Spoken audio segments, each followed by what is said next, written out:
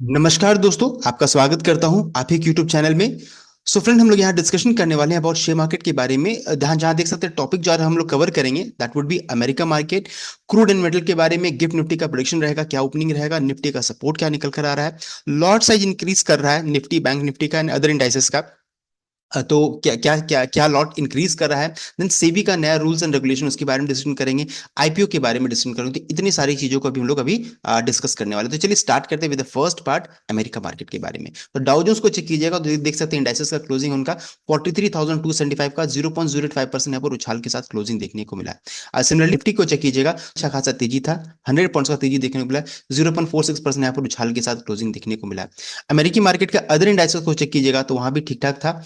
नास्डेक में लगभग 100 पॉइंट की तेजी थी, एसएनपी में लगभग 23 पॉइंट्स का, परसेंटेज के टाइम में 0.40, एंड डाउ जोन्स में ऑलरेडी हमने डिस्कस किया 0.09% का। एंड यहाँ पर गिरावट कहीं थी तो स्मॉल कैप में 0.28% का गिरावट था। अच्छी चीज क्या देखने को मिली थी कि उनके विक्स में लगभग 5.5% का यहाँ पर गिरावट देखने को मिल रहा था। अब आगे बढ़ते हैं, कमोडिटी प्राइसेस को चेक करेंगे तो कमोडिटी प्राइसेस में तूफानी तेजी थी, 1% का 1% का तेजी था गोल्ड में। एंड देख सकते हैं 7%, 6.77% का तेजी था आपका सिल्वर में। जिस कारण से जितने भी मेटल स्टॉक है, जैसे आपका टाटा स्टील हो गया, वेदांता हो गया, एनएमडीसी हो गया, देन आफ्टर दैट आपका हिंदुस्तान जिंक हो गया, इन सब शेयर्स में आपको अच्छी खासी तेजी देखने को मिल सकती है। तो मेटल शेयर्स अच्छी खासी वहां पर तेजी बन सकती है, इस चीज को जरूर ध्यान दीजिएगा। अब है क्रूड ऑयल के प्राइसेस में। तो क्रूड ऑयल के प्राइसेस में देख सकते हैं अच्छी खासी यहाँ पर अभी भी गिरावट देखने को मिले, लगभग 2% का, 70 के नीचे जा चुका है ये। देख सकते हैं क्रूड ऑयल एंड ब्रेंट अभी 73 के पास में है। ये पॉजिटिव ट्रिगर बनेगा BPCL, HPCL, Indian oil corporation, ऐसे स्टॉक्स में आपको तेजी देखने को मिल सकती है। तो आगे बढ़ते हैं। अब है गिफ्ट निफ्टी का ओपनिंग क्या रहेगा, कल के दिन में क्या हो सकता है। तो देखिए यहाँ पर बताया जा रहा है कि गिफ्ट निफ्टी जो रहता है नेगेटिव ओपनिंग ले सकता है, 59 पॉइंट्स का यहाँ पर गैप डाउन आपको देखने को मिल सकता है कल के दिन में। बिकॉज देखिए हाई बनाया था 24,993 का, उसके बाद देखिए गिर करके यहाँ पर 24,891 का यहाँ पर क्लोजिंग देखने को मिला। हमारा मार्केट पॉजिटिव था एंड यूएस मार्केट में कल यहाँ पर बहुत ज्यादा तेजी देखने को नहीं मिलती, इसलिए यहाँ पर लगभग 59 पॉइंट्स, 50 से 60 पॉइंट का आपको गिरावट देखने को मिल सकता है, गैप डाउन हो सकता है। अब आगे बढ़ते हैं। यहाँ पर अगर एफआईडी डेटा को चेक कीजिएगा तो वो भी नेगेटिव साइड में है। 3 अक्टूबर को एफआई ने देख सकते हैं 5485 करोड़ का सेलिंग किया है एंड उसी के अगेंस्ट में डीआई 5214 करोड़ का बाइंग किया है। नेट टू नेट अगर माइनस कीजिएगा तो नेगेटिव साइड में डेटा यहाँ पर आपको नेट टू नेट आपको सेलिंग देखने को मिली है, एफआई डेटा, डीआई डेटा भी। आगे बढ़ते हैं, इनका मंथली डेटा को चेक कीजिएगा तो 80,270 करोड़ का उन्होंने सेलिंग किया है एंड डीआई उसके अगेंस्ट में 74,176 करोड़ का बाइंग किया है। दोनों का माइनस कर दीजिए तो नेट टू नेट आपको यहाँ पर सेलिंग देखने को मिलेगा, यहाँ पर बिकवाली देखने को मिल रही है। 18 अक्टूबर को डिस्कस किया हम लोगों ने, 5,485 करोड़ का यहाँ पर सेलिंग है। 17th में 7,421, 16th में 3,435, 15th में 1,748 एंड 14th को 3,731 करोड़ का यहाँ पर सेलिंग हुआ है। नेट टू नेट पूरे सप्ताह टोटल वीकली डेटा को चेक कीजिएगा तो 21,823 करोड़ का यहाँ पर सेलिंग है from FI side and DI ने 16,380 करोड़ का बाइंग किया है। नेट टू नेट यहाँ पर नेगेटिव डेटा है, यहाँ पर पूरा ओवरऑल सेलिंग देखने को मिल रही है। तो ये अपडेट है रिगार्डिंग एफआई डेटा जो कि नेगेटिव साइड में है। अब आगे बढ़ते हैं, यहाँ पर सेल ऑन राइज की स्ट्रैटेजी से यहाँ पर एफआई यहाँ पर काम करे, यानी कि जरा सा निफ्टी ऊपर जाता है, स्टॉक्स ऊपर जाते हैं, वहां पर बिग वाली तुरंत में स्टार्ट हो जाता है। अब आगे बढ़ते हैं।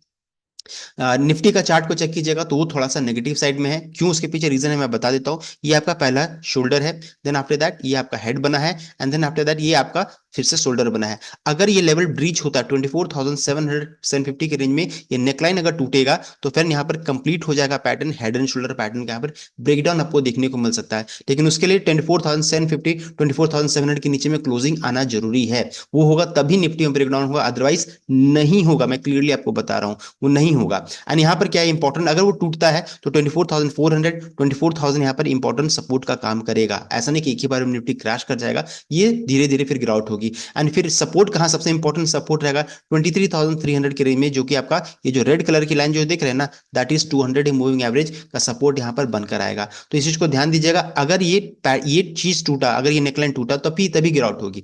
और यहाँ पर ऊपर में क्या है, अगर 25,330 के ऊपर में अगर ये क्लोजिंग आता है, सस्टेन करता है, तो एक बुलिश पैटर्न जो रहता है ना, यहाँ पर जो हेड एंड शोल्डर पैटर्न का जो यहाँ पर ब्रेकडाउन आ सकता है, वो भंग हो जाएगा, फिर गिरावट नहीं होगी, फिर अच्छी खासी यहाँ से तेजी बन जाएगी। तो दो लेवल मैंने आपको बता दिया जो ध्यान देना है, 25,330 एंड 24,750 इंपॉर्टेंट लेवल रहेगा। अभी 50 डे मूविंग एवरेज के नीचे में कैंडल फॉर्म हो रहा है, जो कि बता रहा है कि मैं अभी यहाँ पर बेरिश हूँ। तो इस चीज को आपको ध्यान में रख करके कॉशियस मोड में ट्रेड करना है। अब आगे बढ़ते हैं।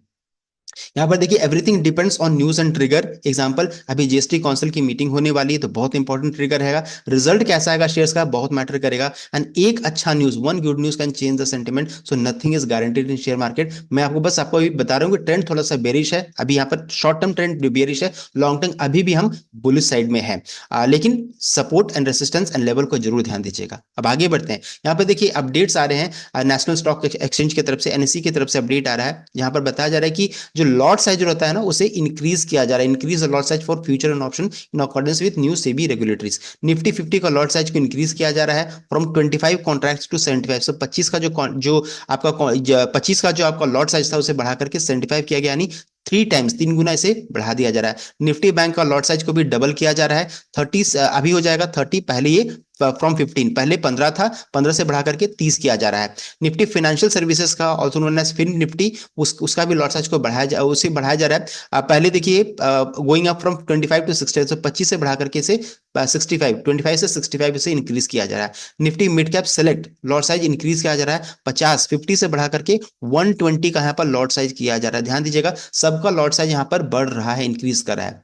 This new lot size will remain in effect for the current contract until the next expiry. ये भी इंपॉर्टेंट चीज है, ध्यान दीजिएगा, आप इसको रीड आउट कर सकते हैं, स्नैप भी ले सकते हैं। अब आगे बढ़ते हैं। इसके अलावा और अपडेट है जहां बताया जा रहा है कि सेबी ने रेस किया है position limit for index future and option to ₹7,500 crore और 15% ऑफ ओपन इंटरेस्ट यहाँ बताया जा रहा है।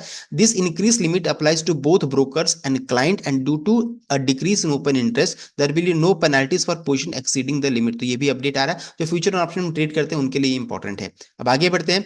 Additionally SEBI extended the deadline for the fund to be transfer directly from clearing to client account. This implementation date for new rules regarding settlement and payment of shares has been postponed from October 14 to November 11, 2024। तो ये नए नए जो नियम आ रहे हैं उसको आप यहाँ पर रीड आउट कर सकते हैं। यहाँ पर बहुत इंपॉर्टेंट चीज है कि under the new SEBI guideline the arrival time for shares in client account, जो शेयर अभी आता था ना T+1 डेज में, उसके बारे में बताया जा रहा है कि arrival time for share in client account under the T+1 settlement model will also change.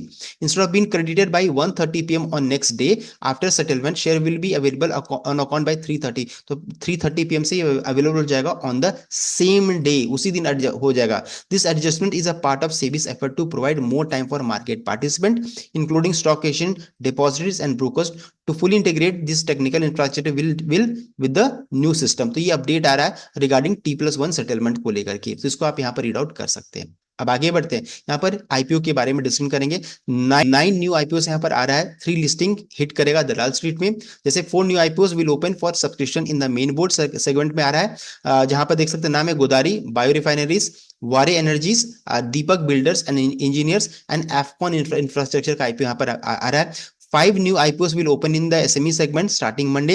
Among the listing, यहाँ पर लिस्टिंग किसका हो रहा है? Hyundai Motors इंडिया का हो रहा है, will hit Dalal Street. Shares of 2 SME will debut this week on either BSE SME और NSE SME कैटेगरी में यहाँ पर हिट करेगा। तो ये पूरा अपडेट है रिगार्डिंग IPOs के बारे में। सो कंप्लीट अपडेट मैंने आपको बता दिया regarding share market. I hope आपको वीडियो अच्छा लगा होगा। वीडियो अच्छा लगा देन वीडियो को लाइक कीजिएगा, शेयर कीजिएगा, चैनल को सब्सक्राइब कीजिएगा। Thank you.